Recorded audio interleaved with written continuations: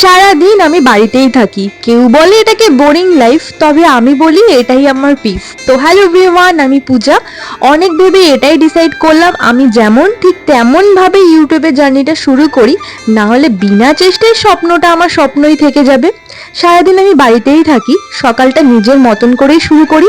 জানো তো, কিছু মাস ধরে আমি এই ডিটক্স টিটা খাচ্ছি, আর বিশ্বাস করো এতে করে আমার শরীরের অনেক সমস্যার সমাধান যেমন হয়েইছে, সাথে সাথে সকালটাও একটা সুন্দর আমেজের সাথে শুরু হয়। এর ঠিক 15 থেকে 20 মিনিট পর এই যে এভাবে বিট, গাজর, আমলকি, হলুদ আমি স্টোর করে রেখেছি, এটাই খাই।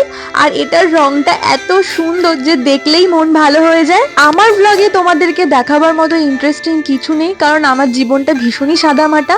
তো যাই হোক, আজকে সকালের ব্রেকফাস্টে করেছিলাম মায়ের বানানো এই পাস্তাটা।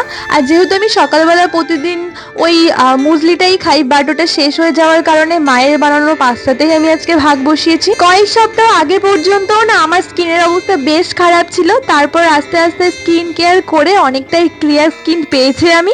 এখনো অনেক দূর যাওয়া বাকি আছে। আর জানো তো, আমি এটাই বুঝেছি যে সবকিছুর জন্য একটা ধৈর্য রাখা ভীষণ প্রয়োজন। আগে আমি খুব অধৈর্য হয়ে যেতাম, আজকে একটা ক্রিম কালকে একটা ক্রিম এভাবেই চলতো।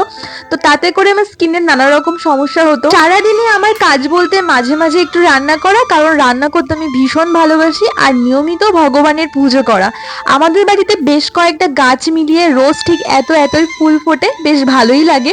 আজকে সব রান্নাটা আমিই করেছিলাম, আর এখন শুধু দুপুরের খাওয়া সেরে আধো অন্ধকার ঘরে নিজের মতো করে একটু সময় কাটাবো। সবার লাইফ ফাস্ট না, কেউ কেউ স্লো লিভ করতেও ভালোবাসে, নিজেকে সময় দিতে ভালোবাসে। আমার ভিডিওটা যদি তোমাদের ভালো লেগে থাকে তাহলে প্লিজ সাবস্ক্রাইব করে পাশে থেকো, আর কমেন্ট করে জানিও যে তোমাদের দিন কেমন কাটলো।